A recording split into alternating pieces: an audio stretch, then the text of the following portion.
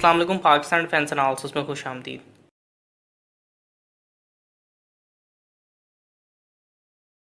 कल Pakistan aeronautical complex यानी PAC ने नाइजीरिया के लिए बनाए जाने वाले तीसरे JF-17 थंडर की इमेजेस रोल आउट की हैं। मुकम्मल तौर पे तैयार है और गालिबन अपने फ्लाइट टेस्ट मुकम्मल करने के दौरान इस JF-17N को स्नैप किया गया है। $183 मिलियन के एवज ये डील की गई है, जिसमें 3 JF-17N जो है नाइजीरिया को डिलीवर किए जाने हैं। 2 JF-17N जो है पहले ही नाइजीरिया को डिलीवर किए जा चुके हैं। डिलीवरी से चंद रोज पहले ही तमाम टेक्निकल स्टाफ को नाइजीरिया रवाना कर दिया गया था। ये तीसरा JF-17N जो है बज़ाहिर NAF 722 सीरियल नंबर वाला JF-17N बहुत ही अहम है, क्योंकि इनका दूसरा बैच एक 40 JF-17N का जो बैच है फ्यूचर में ऑर्डर किया जा सकता है। प्लस ये एक बहुत ही अहम एक्सपोर्ट सक्सेस है। सो ये तीसरा JF-17N जल्द ही नाइजीरिया को डिलीवर कर दिया जाएगा।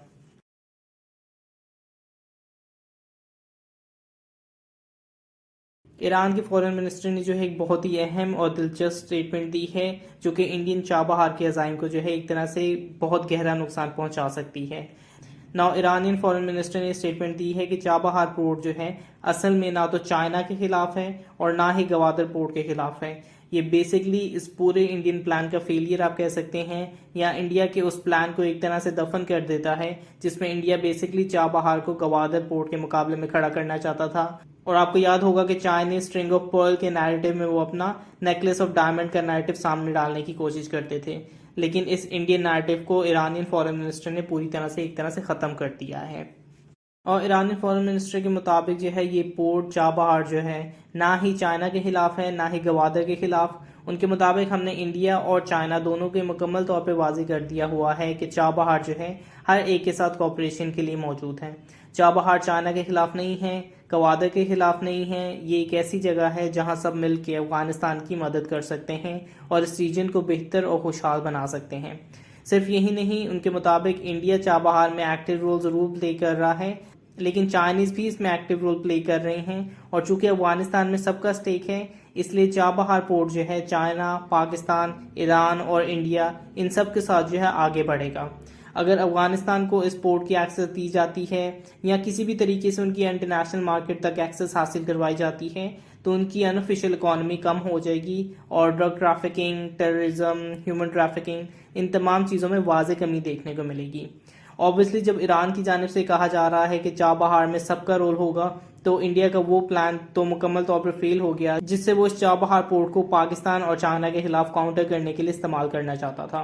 ये एक बहुत ही अहम स्टेटमेंट है और इसकी इम्प्लीकेशंस जो है इंडिया पे बहुत भारी साबित हो सकती हैं।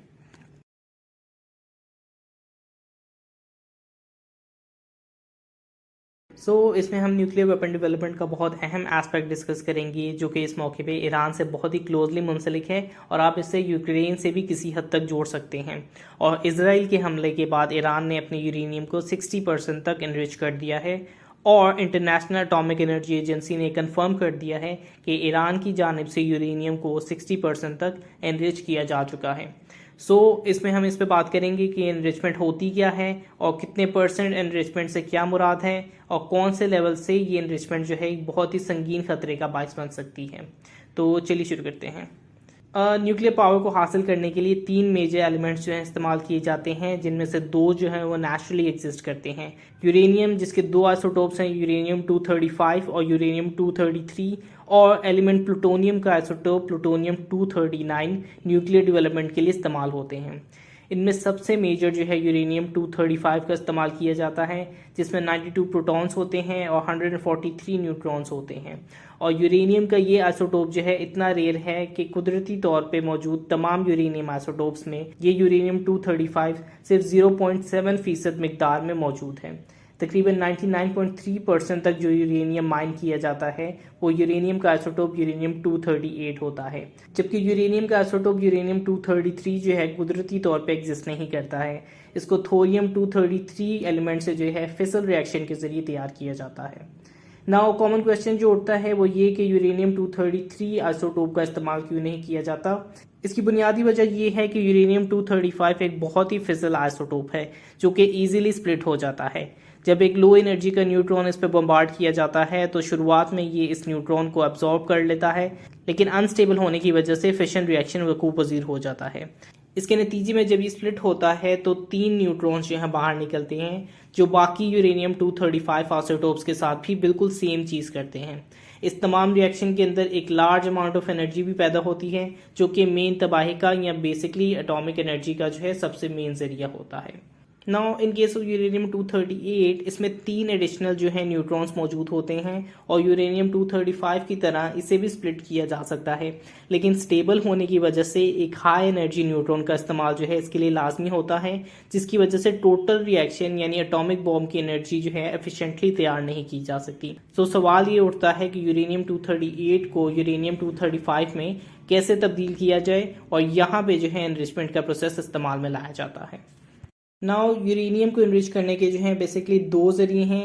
1939 से कायम करदा मैनहट्टन प्रोजेक्ट, जिसके जरिए यूएसए ने जो है अपना न्यूक्लियर बॉम्ब की तैयारी शुरू की थी, और जिसके 2 बॉम्ब्स लिटिल बॉय और फैटमैन को जो है हिरोशिमा और नागासाकी पे गिराया गया था।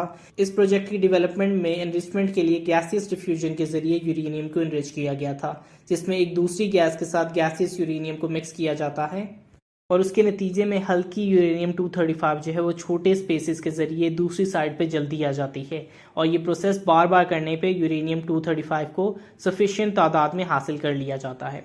हाउएवर ज़्यादा मॉडर्न अप्रोच जो है वक्त के साथ सेंट्रीफ्यूज अप्रोच है। इस प्रोसेस में यूरेनियम को अगेन गैसेस हालत में यूरेनियम हेक्साफ्लोराइड में कन्वर्ट किया जाता है।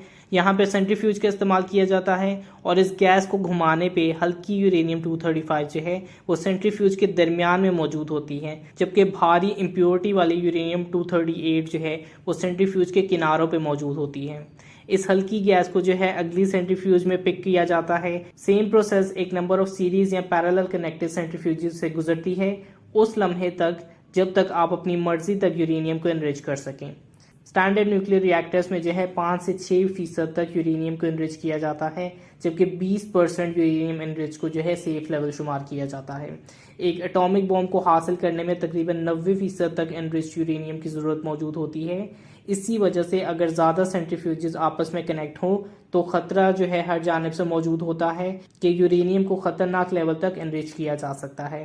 ज़्यादा सेंट्रीफ्यूजेस, ज़्यादा यूरेनियम एनरिचमेंट, और इसके बाद फिर उनको मिलिट्री वेपन्स में फिट करना जो है सबसे मेजर मसले का बायस होता है।